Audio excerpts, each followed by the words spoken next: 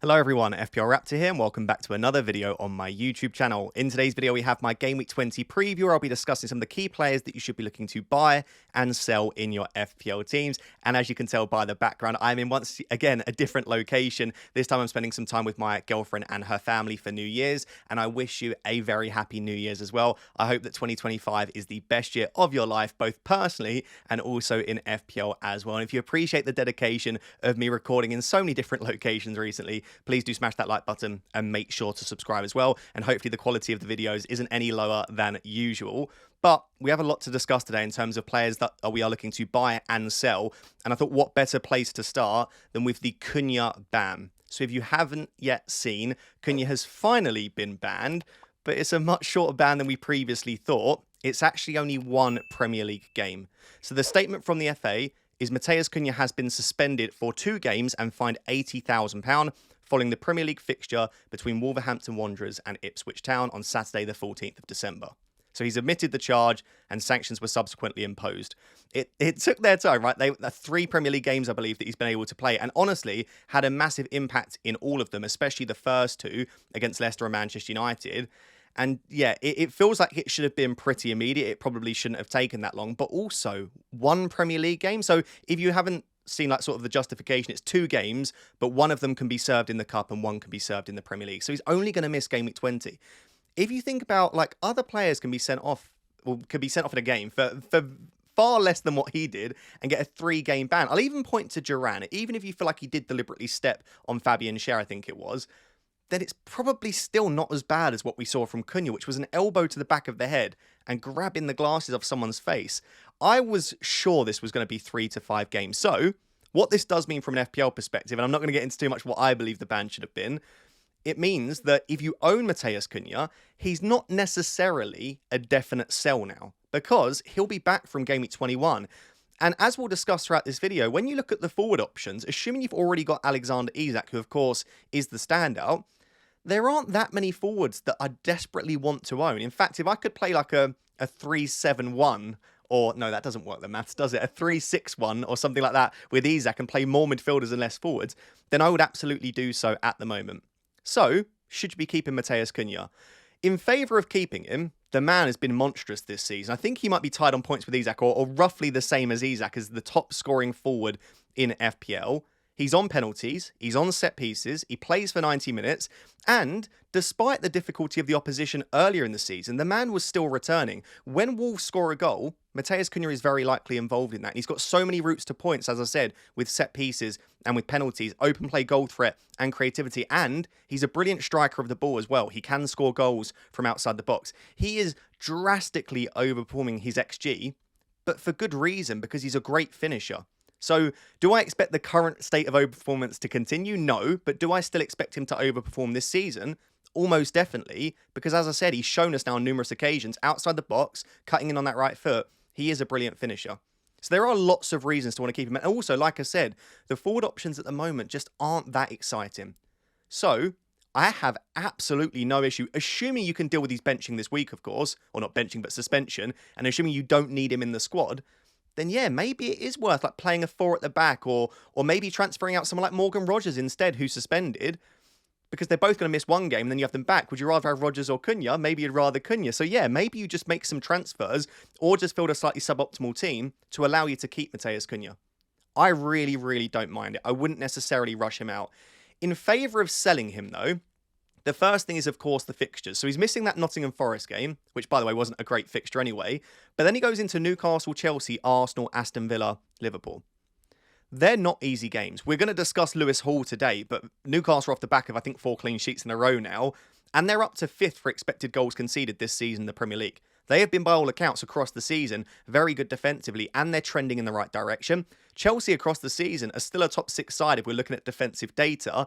And whilst they do find a way to concede, they just lost 2-0 to Ipswich. It's not an easy game. Then it's Arsenal, who are the best defence in the league. Villa, on their day, can perform well, but you just never know, I suppose. And then Liverpool, again, are a very, very good defence. And by that time, Konate should almost definitely be back. So fixtures-wise, they can't really get much worse for him. And as I said, he has performed in the more difficult games this season. He's a bit of a big game player, but I would much rather a player with better fixtures.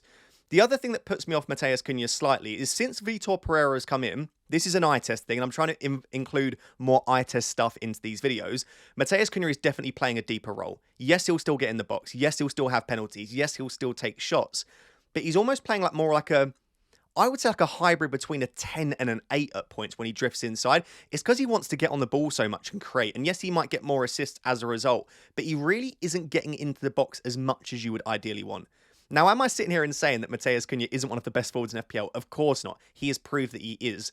But with the fixtures, with the fact that he misses this week, and with the fact that he is at now a relatively expensive price, I also think there is justification to sell him.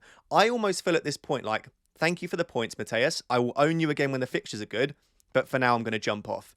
I will now caveat this massively by saying I've already sold Cunha, and I sold him on Monday night, which was before the news about his ban, because the player that I wanted to bring in was rising in price. Mateus Cunha is projected to fall in price very soon, and I thought there's no chance that he's either not banned or injured. I thought one of those two things would happen, and it just so happens that he is, of course, banned. And as I say, he did pick up an injury in game week 19. It might be that he's injured long term. It didn't seem that serious, and I doubt that it is, but that is also another thing hanging over him. I guess what I'm saying is, if you can accept a benching in game week, or accept benching him in game week 20 and not relying on him, and if you're not particularly blown away by the options that you would replace Cunha with, then I think you can absolutely hold on to him. But I'm just not sure how much you expect from the games like Newcastle, Chelsea, Arsenal, Villa and Liverpool. I'm happy I've got the points. He's been wonderful for me this season. But I've seen another option that I really like that is also performing incredibly well. And I just want to make sure that I've got attackers for the upcoming weeks. And I just don't love those fixtures enough. So that's kind of where I stand with Cunha right now. I'd love to know what you are doing with him yourself if you own him. If you don't own him, you can now breathe a big sigh of relief because the man has been dominating in FPL, but now he can't punish you at least for 1 week, and you'd imagine his ownership will come down. So let's now discuss who everyone's number one replacement is for Cunha, and then discuss some other options as well. So moving on to what is most people's number one replacement for Cunha, but also transfers in for the likes of João Pedro and Jackson is a popular one this week, is Chris Wood. Now, you guys will know if you've watched my content all season, I am not a massive fan of Chris Wood. And I don't really know why. I think it just boils down to the fact that I've never really owned him in FPL at the right times. I have owned him on a couple of occasions, and when I have, it's not gone very well. And he seems to punish me in FPL every week. So I think I have that negative bias towards him. But I will now slightly spoil the team selection video for tomorrow, but make sure to subscribe and tune into that to see my full justification and the rest of my team. I bought Chris Wood on Monday night. And there is a couple of reasons for this. The first being, I don't like any of the other forward options massively. If like Wissa had better fixtures, or if Raul Jimenez was more nailed, and we'll discuss some of the other forwards in a second, or if I had an easy route to Nicholas Jackson, then there is a good chance that I would have brought in another forward. So I don't massively love Chris Wood, but it's almost like process of elimination. Like, I don't really like any of the others enough. And what do you get with Chris Wood? Incredible consistency, a absolutely top finisher, always available, has started every game apart from one this season, which was off the back of a very long international break. And I think it was a difficult game in which they went for a slightly different setup. He's on penalties, and like Forest are flying at the moment. And as I said in the previous section, something I've tried to do more this season is incorporate eye test, but also just a bit more simplicity in FPL. It might feel like I do often overcomplicate things, and I do. Like I look at all the data that I include in my videos, and I'm planning ahead constantly. But sometimes you just sit back and say, Chris Wood has scored so many goals this season, and he continues to. And so whilst the data doesn't massively support Chris Wood, which is rare for me to bring in a player that doesn't have particularly good data, sometimes data doesn't matter with players. Sometimes they will continue to perform well. And there are a few pieces of context that you do need to include with Chris Wood's data, which I'll discuss, which makes it look not quite as bad as it potentially looks at a first glance. But firstly, he has gone up in price once. There is a good chance that he double rises before the deadline, so he could be up to 6.8 million. If he gets anything, he's going to continue to rise once again. And team value is very important at this point in the season. I saw that Wood was going up in price on Monday. I saw that Cunha was projected to go down in the next couple of days. And I thought there was a good chance that Wood would rise once again. And if Wood would rise twice, this is like the tongue-twisting riddles. Anyway, Tom Riddle, Harry Potter, semantic processing. If Chris Wood rises twice and Cunha goes down, that's 0.3 million that I would have lost in a single week. And I thought there is a good chance that I decide to just sell Cunha anyway. I don't want to lose 0.3 on a decision that I think I'm going to make regardless. And so I just went for it. Now, if I'd have found out Cunha was only banned for one game, would I still have made the decision? I think so, because I want to hold on to Morgan Rogers, who is suspended this week. I don't really have the defensive cover to play for at the back particularly, and I think Chris Wood is just a really decent own. So I'm glad I made the move, but I did make the decision, obviously, without the context of the Cunha ban. In terms of the fixtures for Chris Wood, they're not perfect, but I also think they're slightly better than people are suggesting, given that, firstly, Liverpool is at home in 21, but also, if you own the same sort of attackers as a lot of us do, most of them have a decent fixture in 21. So if you aren't happy playing him against Liverpool, you can probably just bench him. So it's Wolves away. Again, a little bit better under Vitor Pereira, but without Cunha for this. I think Totti's unavailable as well. Then Liverpool, you can either rotate him in or play him in the hope that he grabs a goal. Then it's Southampton at home, Bournemouth away, Brighton at home. Bournemouth and Brighton have been shipping more chances recently, and Southampton at home is just obviously a fantastic fixture. So I actually really like the next 5 for Chris Wood. Beyond that, they're not as perfect. But then in game week 29, which is going to be a blank game week, Chris Wood has Ipswich. So I actually think Chris Wood is a possible hold now until blank game week 29, but we'll have to assess how he gets on. What I've got on the screen is his data across the season and the last 6. To just show you, across the season and recently, Chris Wood's data has never been particularly good. So his expected FPL points per 90 is 4.48 across the season and 3.37 across the last 6. But his actual FPL points is 6.38 and 5.22 respectively. So he is constantly overperforming his expected data, which maybe he'll continue to do because, as I said, he is an exceptionally good finisher.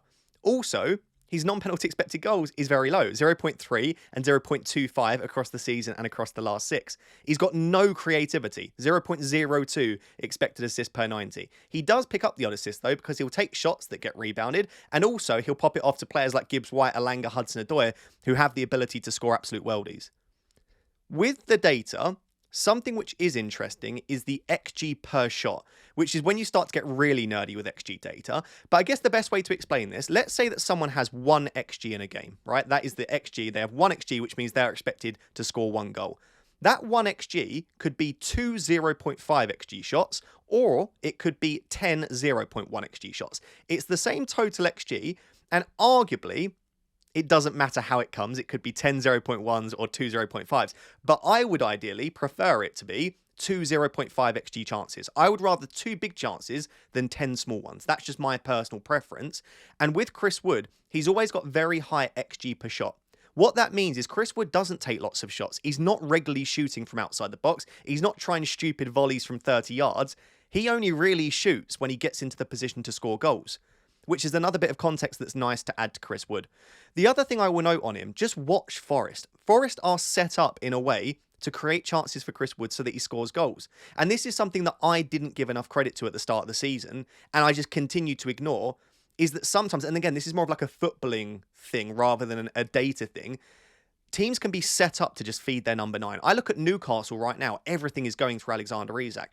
In comparison, and I know he just got 2 assists, but João Pedro and Brighton, when João Pedro is playing at the 9, it's not all set up to feed the ball to João Pedro. He's often the one that's having to create for the team. I would almost say the same about Matheus Cunha and Wolves, by the way. He's not one that they're feeding the ball to. Matheus Cunha is having to be the one to do that. Chris Wood doesn't have that responsibility. He stands there in the number 9 role, makes some fantastic little runs and scores goals. And that is his job on the pitch. So I guess what I'm saying is the data isn't good. And if you are purely an analytical manager, you might not like that data, but the minutes are there. The penalties are there. The fixtures aren't bad. He's a great finisher. His XG per shot is pretty good. But also, just watch Nottingham Forest. They are flying at the moment. There's no sign of that slowing down. And Chris Wood is the main man for them and the one scoring the goals. So, I did bring in Chris Wood. I am fully prepared, by the way, for this to not go very well. Actually, before game week 19, Chris Wood, I think, had 1 goal in 5 games. And he'd only scored 1 of Nottingham Forest's last 8 goals. So before this goal and assist, he hadn't been in the best run. And that can happen with a player that doesn't take many shots and doesn't have many chances. But he can equally go and get a couple of penalties, score a couple of tap-ins. And I wouldn't be surprised if Chris Wood gets 4 or 5 goals across the next 5 games because he has that ability to do so. Hopefully that makes sense in terms of what has shifted in my judgment of Chris Wood. I don't suddenly think he's a game breaker, but maybe I didn't give him enough credit at the start of the season. So I'll hold my hands up and apologise for that. But I now own Chris Wood, and I'm fully prepared for him now to go on a run of fantastic blanks for me. Let me know if you're interested in Wood. That sounds a bit sus. Let's move on to the next section. So guys, there were also some other questions around the forwards in FPL, so I thought I'd have a bit more of a relaxed discussion around some of the other options that we have, because someone asked, can you discuss the other forwards to buy for those of us that already own Isak and Wood? So maybe you've got Isak, Wood and Cunha, or you've just got a third spot in your team that you'd like to move around, because obviously Isak is brilliant. You don't need me to sit here and say that Isak is the best forward to own in FPL, and Wood for a lot of people feels like an easy transfer, but for those of you that already have Chris Wood, or you just don't fancy the punt, which by the way was me in previous weeks, I fully understand it, there are other options. Also, I did get the question, what would be your ideal front three at the moment? So let's discuss that. So, I am on my laptop, by the way, so bear with me that I'm having to switch screens a little bit.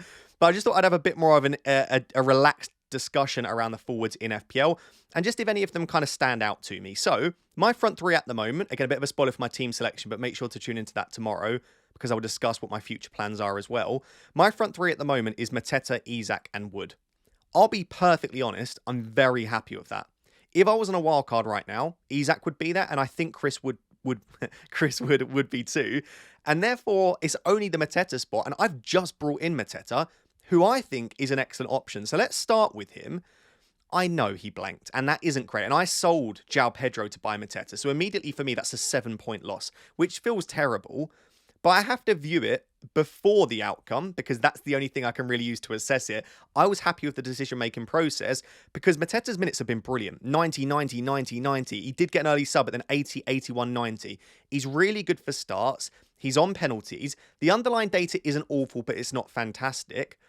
And I love the fixtures coming up, right? He had that Southampton game, obviously, but then even from 21 and beyond, it's Leicester, West Ham, Brentford, United, Everton, Fulham, Villa, Ipswich. Even Newcastle, if that game goes ahead in 29, isn't terrible. Then it's Southampton again in 30. I think Mateta's long-term fixtures are really solid, as well as the immediate term.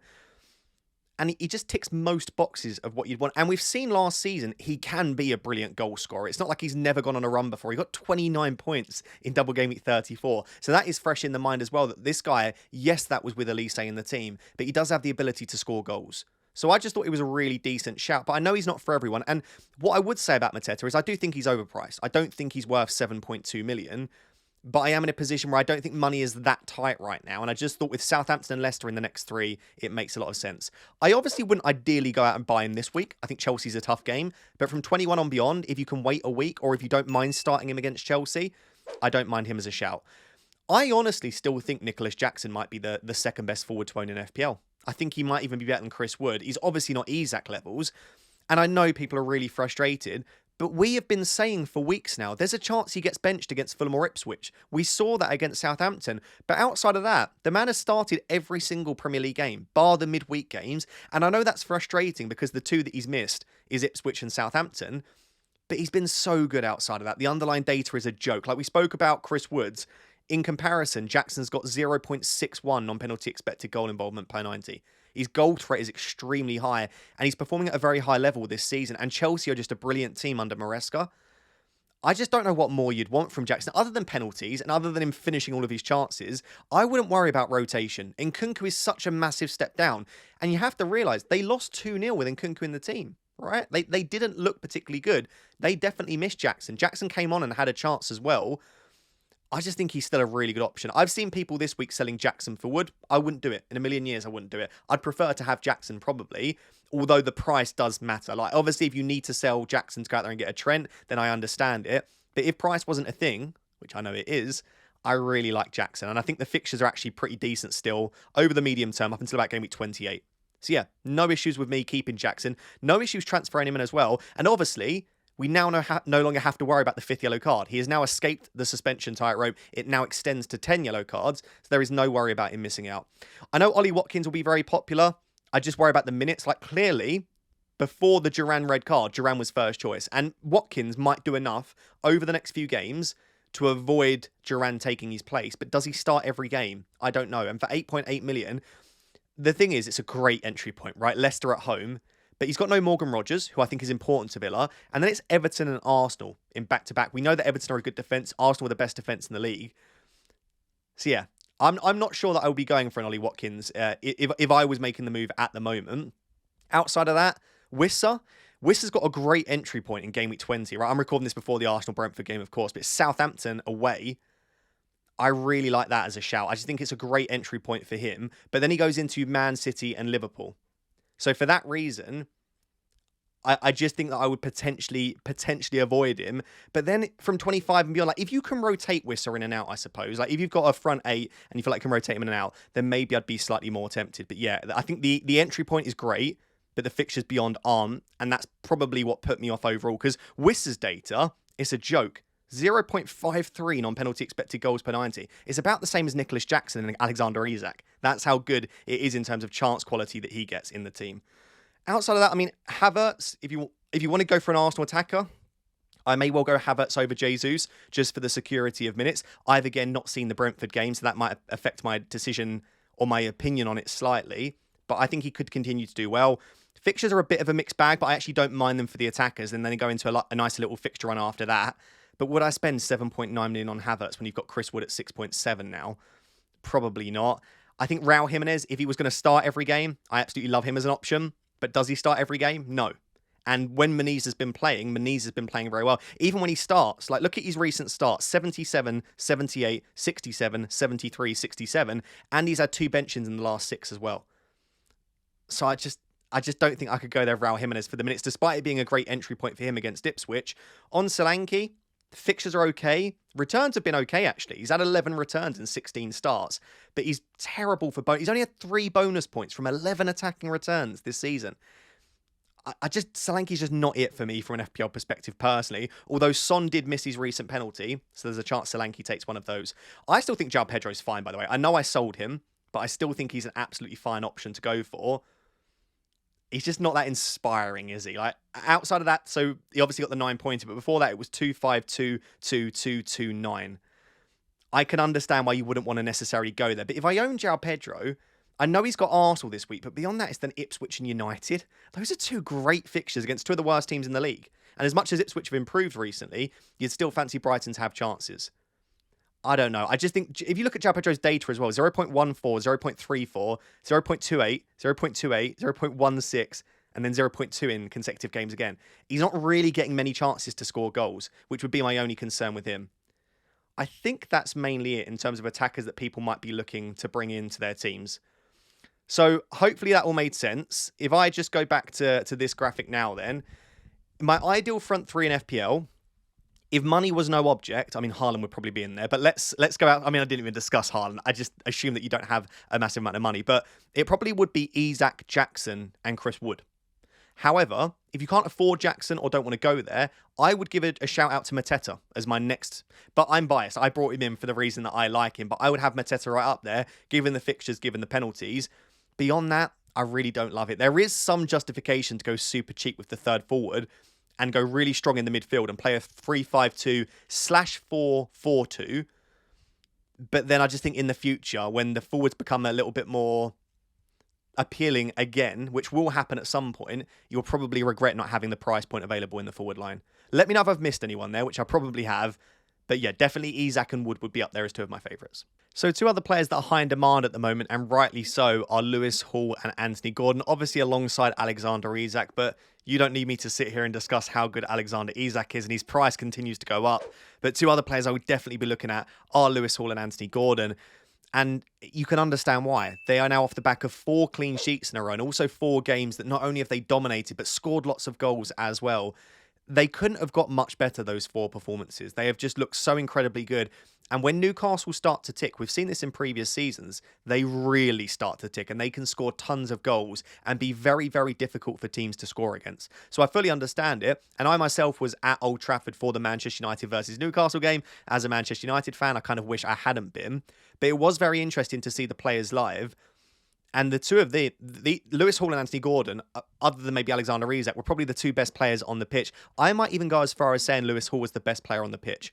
Something that I noticed in person was just how much running that man does. He must have an incredibly good engine on him. His fitness levels must be incredibly good, because not only was he at points the most attacking player on the pitch, in fact, for large spells, the most attacking Newcastle asset, he was also defensively so strong as well. Bear in mind, this man was the one defending Amad Diallo, who's been in such incredible form, and Manchester United were awful. Like, true, it was the worst performance, I think, of the season, and that is saying something.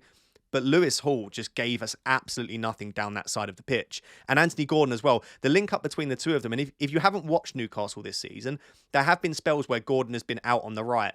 they look so much better with Anthony Gordon on the left. And I think Lewis Hall looks better as well. Because what Gordon does is he cuts in on his right foot and he likes to come central to get the ball. And so in those situations, great, Lewis Hall can overlap and get into some attacking positions. But then when Anthony Gordon does hold the width, which he can do well, Lewis Hall just simply inverts and he finds himself in the box. I actually, and I know this is crazy to say, I think Lewis Hall owners might be unlucky not to have got more from that game. He could have come away with 15, 18, 21 points because the clean sheet was fairly locked in and he had a couple of chances to score goals, whipped in a couple of crosses, set up a couple of players. So yeah, the deflection for the cross was slightly fortunate for the assist, but the man was unbelievable. I really feel like this is one that I just got horribly wrong. Not that I said he was a bad option, by the way. I was very tempted to bring in Lewis Hall, but I decided to go for the likes of Robinson and Munoz instead. And obviously, in hindsight, Lewis Hall has always been the one. He's now got a ridiculous amount of points in the last 4 game weeks. And I kept saying that the entry point wasn't there. I thought for the Manchester United game, as bad as they've been, I expect them to score. They didn't. I also expected Villa to score. They didn't. And now I probably expect Spurs to score, but will they? I will just say add some context, right? They played Ipswich and Leicester, who aren't particularly strong attacks. And then after that, they played an Aston Villa team, which had 10 men for most of the game. And then a Manchester United team who are the worst team in the league, arguably, at the moment. I wish we were the best. So I don't want to take anything away from Lewis Hall and from Newcastle, but they have been 3 of the 4 games were against pretty weak opposition. And then one of them was against a team that had 10 men for a large amount of it.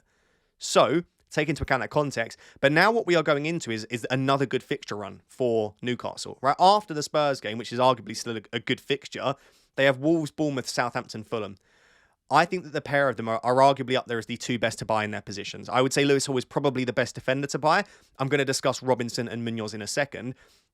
And why isn't Anthony Gordon the best midfielder to buy? If I were to sell a midfielder right now and I had the funds to get him, I think he'll be top of my list. And that isn't reactionary based on another return. I said at the deadline on the deadline stream, if I was buying a midfielder for Bruno at the moment, it would be Gordon. I said I'd buy him ahead of Sarr. I'd buy him ahead of Eze. I think Anthony Gordon right now is the best midfielder to own at that sort of price between, let's say, 5 and 8 million. So yeah, nothing bad to say about the pair of them. Obviously, like I said, I like the fixtures. In terms of the underlying data, really decent for the pair of them as well. Lewis Hall has got 0.18 expected assists, which is fantastic. And he's taking all of the in-swinging set pieces with his left foot. To have a defender on set pieces with great open play creativity, it's fantastic. The only thing he's missing is goal threat, right? 0.02 XG. I think his first shot was in like game week 9, 10 or 11. He didn't take a shot for like the first 10 game weeks. It's because he's always very wide, but in more recent weeks, he has taken a lot more shots and he's inverting a little bit more. And I do think that is because when Gordon does hold the width, Lewis Hall has that license to come inside. I just think he's fantastic. And as I said, Newcastle are now up to 5th for non-penalty expected goals conceded in the Premier League. So not only is Lewis Hall great, and not only are Newcastle improving, but their actual defensive data across the season now is extremely strong. I only have good things to say about him, and I think me seeing him in person has helped a lot. And this is why I like going to football matches, because when you watch players in person, it can be a completely different thing. And I was just so impressed by him. At the end of the game, he basically collapsed because he'd done so much running. But yeah, I'd say he's probably the go-to defender to buy at the moment. Even with Spurs this week, who's to say he doesn't get another return? Anthony Gordon, the data's really solid, but it isn't the highest goal threat. So his non-penalty expected goals is 0.25 per 90, and his expected assist is 0.24. So he's got goal threat and he's got assist threat, which is great. But his goal threat isn't as high as we've seen in previous seasons. But do bear in mind that some of that was without Isak, some of that was off the right, and Newcastle haven't been clicking. In recent weeks, there's definitely been an uptick in his data, and he's definitely getting more chances to score goals. But even if you do watch the games, and even for the Manchester United game, a lot of what he does is creativity. He does whip in a lot of crosses. He finds a lot of good passes, and he'll still score goals. I just don't know if he'll score the amount of goals as some of the other more greedy, selfish forwards, which Gordon just isn't. The other thing that is really in favour of Gordon is he has also been taking set pieces this season. Now, with Kieran Trippier back in the squad, he stopped taking them, right? So Kieran Trippier was taking the in-swinging set pieces, but I believe Trippier picked up an injury, and I just don't think he can play enough minutes to constantly be in the squad at the moment. So what you've got with Lewis Hall and Gordon is the 2 set piece takers for a team playing incredibly well with pretty good fixtures coming up. I mean, what more could you want from the pair of them? I only have good things to say. If you're looking for a defender below 5 million, Lewis Hall is arguably the best. If you're looking for a midfielder below 8 million, I would say Anthony Gordon probably is the best. I don't know that I'm going to be able to bring in Lewis Hall because I already own the next 2 players, which is Robinson and Munoz, who we'll discuss in a second, and I've got Gabriel and Trent. So to bring in Lewis Hall would be selling one of those or having 5 good defenders, which feels unnecessary. But Anthony Gordon is a player that I could see myself moving to. if I wish to sell someone like a Morgan Rogers or a Bruno Fernandes in the future. So that's those two. I think they're fantastic. Let's now discuss two more defenders, as I said, in Robinson and Munoz. So I actually had a couple of questions from people asking Robinson or Munoz, and so I thought it would be worth discussing the pair of them. And if you are choosing between the two, who would I go for right now? But just obviously a shout out to Lewis Hall, who could arguably be ahead of both of them, but also Ola Aina and Milenkovic, right? The Forest defenders continue to perform so well because Forest are so good defensively. If I am talking about my top 4 cheap defenders to own alongside the likes of Gabriel and Trent, it probably is Fulham defender, maybe someone like Robinson, Munoz, Milenkovic or Aina, a Forest defender, and Lewis Hall. So if you're looking for cheap defenders, that's where I'd be going at the moment. And just decide for your own team, which teams do you back? Which fixtures do you like? Is it more important to have goal threat or be as part of a better defence? So think about what is important to you. But I still think Anthony Robinson and Daniel Munoz are fantastic. Robinson up to 7 assists this season. That is remarkable. Like, I think he has either the second or third most assists in the Premier League. As a left back, he's not even played as left wing back in more than 1 or 2 games this season either. He's just got a brilliant delivery. He's got an engine, like I said, with Lewis Hall. Like, he's up and down that left flank constantly. And yeah, the delivery is fantastic. He's always available as well. That's the thing with Anthony Robinson. The past 2 seasons, he's played 3,000 plus minutes in both of them. He had 35 starts and then 37 starts last season. And he started every league game this season and played 90 minutes in all of them. So with Robinson, he's always available, always fit. And therefore, when he's bombing up and down that left wing, if he's there every single game for 90 minutes, he's going to get some assists. And I don't see any reason why that would calm down particularly. The only issue with Anthony Robinson is he's now 5 million. And when I think about what else you could get for 5 million, Lewis Hall, only 4.8, I believe he's going to be because he's due to rise in price tonight. Daniel Munoz, 4.7. And the big thing with Robinson, and it might not put you off, but it would put me off, is you've got Castagna there for a much cheaper price, 4.2, 4.3, Anderson down at that cheap price as well. I think I would rather save like 0.7, 0.8 million and go for Anderson or Castagna. And in all honesty, I would go with Castagna. At the moment, in the last 2 games, Fulham have played a 5-back or a 3 at the back. So they're playing with 3 centre-backs in Diop, Bassi and Anderson, which means that Robinson and Castagna are playing as wing-backs. And so, whilst I think Anthony Robinson has some benefits, which I will discuss further in a second, Castagna is essentially playing the same position as Robinson for 0.7 million less. So I would just much rather have him for that reason. But what is in favour of Robinson? His minutes are better. I would say he's a better player. I would say he has a better delivery. And also, if you watch Fulham, and once again, trying to incorporate some eye test, they are very dominant on the left side. Most of their attacks go through Iwobi and Robinson. Most of what they do and create goes through on that left channel. So I do think Robinson will be more involved in the attacking returns. But will it be enough to justify the price difference, especially considering we have things like the assistant managership coming up and other expensive players to buy? I'm not as sure. So I just think that would be the thing putting me off Robinson. Isn't even necessarily the likes of Hall and Munoz. It's just what else you can get if you're going for a Fulham defender. On Daniel Munoz, I love him for so many different reasons, but he's just got so much attacking threat. Like, we actually glanced down at the data, 0.2 XG per 90 for Munoz, which is crazy for a wing-back, right? Even as a wing-back, you expect more assist threat. The man doesn't actually have that much assist threat, 0.06. He just gets big chances. Another big chance in Game Week 19, if you missed it, he basically missed an open goal. One issue that I have with Munoz is he's not a very good finisher because he's a defender. He's now missed, I think, 3 open goals this season, or at least 2 I can remember off the top of my head. And then I think I remember reading one on the commentary on SofaScore. But he's a defender, so he won't finish all his chances. But to have a player that is getting that quantity of big chances is absolutely insane. On the fixtures, they're almost identical, which I found really interesting. So they each play against West Ham and Leicester and Manchester United. So 3 of the next 5 are literally the same games. They both have a more tricky game. Munoz this week against Chelsea, Robinson against Newcastle. And then they both have an easier game as well, where Robinson has Ipswich and Munoz has Brentford. So it's essentially the same set of fixtures. So there's not much to separate them there. But of course, entry point wise, the entry point right now for Robinson is much better. So I don't think there's much to separate the pair of them. They've both got good fixtures. They're both very nailed on. They're both playing for okay defences. You can see Robinson's actually playing for the better defence. Fulham are 5th this season for expected goals conceded. Palace are 11th, so a slightly weaker defence. I would say right now, considering that Munoz is 0.3 less, I would prioritise Munoz ahead of Robinson, despite the entry point for Robinson, especially given he has greater goal threat and Robinson has greater assist threat. You get 3 points for an assist versus 6 for a goal. So I think for that reason, I'd prefer Munoz. And also, because you've got Castagna there available for such a cheap price, or Anderson, I think I'd rather go there if I wanted some Fulham defensive cover.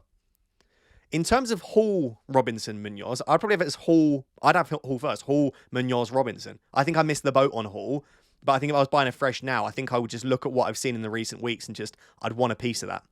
So there we go. Hopefully that is helpful. I think in terms of the ideal back line at the moment, I think it is Gabriel, Trent, Castagna, and then probably one of Munoz or Hall, and then a cheap defender. If you can squeeze Munoz and Hall in, great. But then you're going to have a huge benching headache if you have that back five. So I don't think you want to invest too much money in your defence. I'd love to know, what is your defensive five looking like at the moment? And who would you prefer at the pair of these? So guys, there you have it. That is the video for today. Hopefully it was helpful, and hopefully you don't mind the background of me holding the microphone too much, and hopefully there was still some value. And if there was, please do smash that like button and make sure to subscribe as well. I've got my team on screen from Game Week 19 as of the time of me recording this, which is before the Brentford-Arsenal game. It's doing okay. It could be better. I'm on a small red arrow with only Gabriel to play, so it is going to be a red arrow for me, but it could have been worse. Really, I was saved by Morgan Rogers, Mohamed Salah, and Trent Alexander-Arnold, because outside of that, it was pretty horrific. But thank you very much for watching. Until next time, bye-bye.